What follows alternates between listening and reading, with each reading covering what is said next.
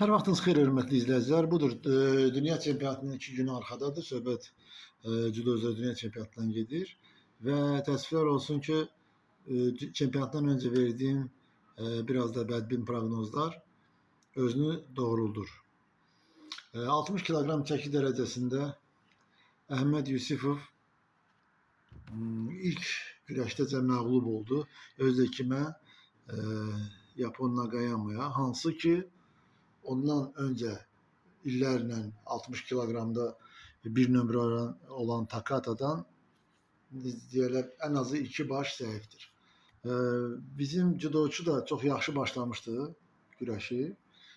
Vazari alandan sonra amma nədənsə özünə qapandı və 2 dəqiqə yarım demək olar ki, heç nə edə bilmədən, heç bir irəliyə getmək istəmədiyinə görə 3 şido alıb, yəni bir Vazarisi ola 3 şido alıb məğlub oldu.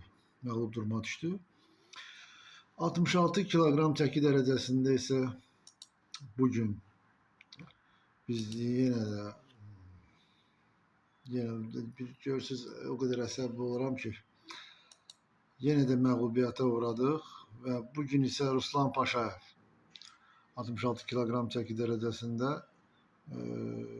iki judoçusunu məğlub edərək yenə də ilişdi Yapona. Takeshi Takeoka'ya, hansı ki o da deməzdim ki, belə məğlub edilməz bir Yapondur. Və yenə də məğlubiyyət, yenə də medalsızlıq. Qızlardan isə demişəm, təəssüflər olsun, yenə də deyirəm. Bir kruk, bir dövrə keçəndə biz sevinirik. Amma bu sevinci bizə nə Gültac Məmmədəliyeva bəxş eləyə bildi. Bugün elə ilk dövrdə məğlub oldu. Nə Könül Əliyeva bəxş eləyə bildi. O da ilk dövrdə məğlub oldu.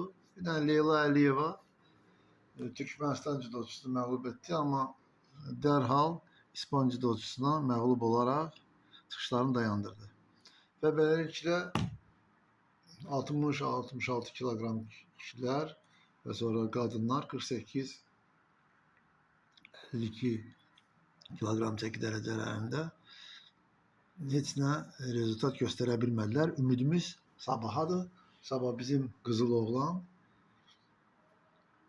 Hidayət Heydarovdan söhbət gedir və Rəşid Məmmədəliyev hesab edirəm ki, ondan dala qalmayacaq və sabah ümidlərimiz onlardadır.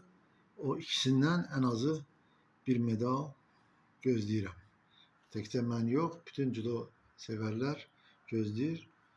Ümidimiz onlardadır. Bu qədər bəsdir.